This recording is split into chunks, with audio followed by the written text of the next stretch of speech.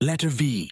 I view with pleasure and approval the way you keep on at your studies and sacrifice everything to your single-minded efforts to make yourself every day a better man.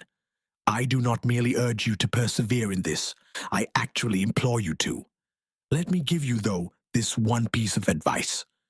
Refrain from following the example of those whose craving is for attention, not their own improvement, by doing certain things which are calculated to Does give that rise mean we are to act comment just like on your other appearance or way Is there of to be living no generally? distinction Between between us shabby attire and them? long hair, Most certainly an there is. unkempt beard, Any close an observer outspoken dislike should of be silverware, aware that we are different sleeping from on the the mob, ground, and and all all other entering our misguided homes means to should admire us self-advertisement rather than our the very name furnishings. of philosophy. It is a However great man modest the that manner can in treat which his it is earthenware pursued, as if is it was unpopular silver, enough and a as man it who is. treats his silver Imagine as what if the it was reaction would earthenware be is if we no less started great. dissociating Finding ourselves wealth from and the conventions intolerable of burden society is the mark of Inwardly, an unstable everything mind. Should be different, but our outward face should conform with the crowd.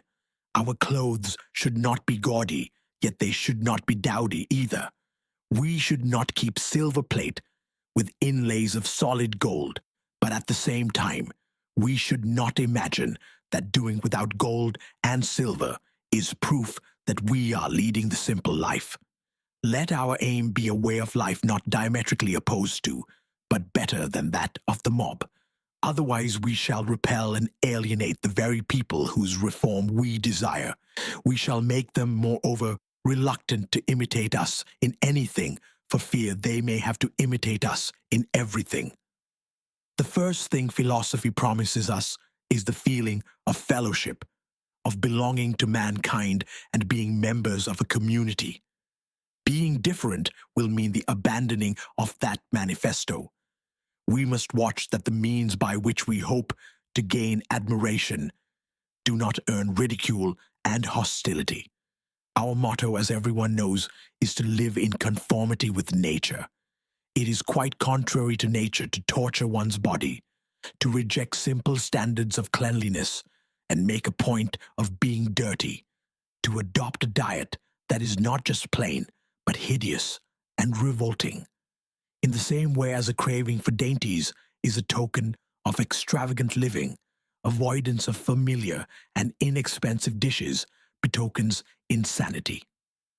Philosophy calls for simple living, not for doing penance, and the simple way of life need not be a crude one. The standard which I accept is this. One's life should be a compromise between the ideal and the popular morality. People should admire our way of life, but they should at the same time find it understandable. Does that mean we are to act just like other people?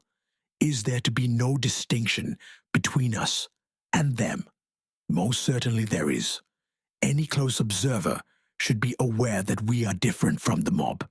Anyone entering our homes should admire us rather than our furnishings. It is a great man that can treat his earthenware as if it was silver, and a man who treats his silver as if it was earthenware is no less great. Finding wealth an intolerable burden is the mark of an unstable mind. But let me share with you as usual the day's small find, which today is something that I noticed in the Stoic writer Hecate. Limiting one's desires actually helps to cure one of fear. Cease to hope, he says, and you will cease to fear. But how, you will ask, can things as diverse as these be linked? Well, the fact is, Lucilius, that they are bound up with one another, unconnected as they may seem. Widely different though they are, the two of them march in unison, like a prisoner and the escort he is handcuffed to. Fear keeps pace with hope, nor does their so moving together surprise me.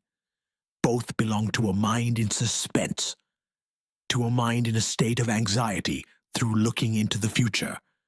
Both are mainly due to projecting our thoughts far ahead of us instead of adapting ourselves to the present. Thus it is that foresight, the greatest blessing humanity has been given, is transformed into a curse. Wild animals run from the dangers they actually see and once they have escaped them, worry no more. We, however, are tormented alike by what is past and what is to come. A number of our blessings do us harm, for memory brings back the agony of fear, while foresight brings it on prematurely. No one confines his unhappiness to the present.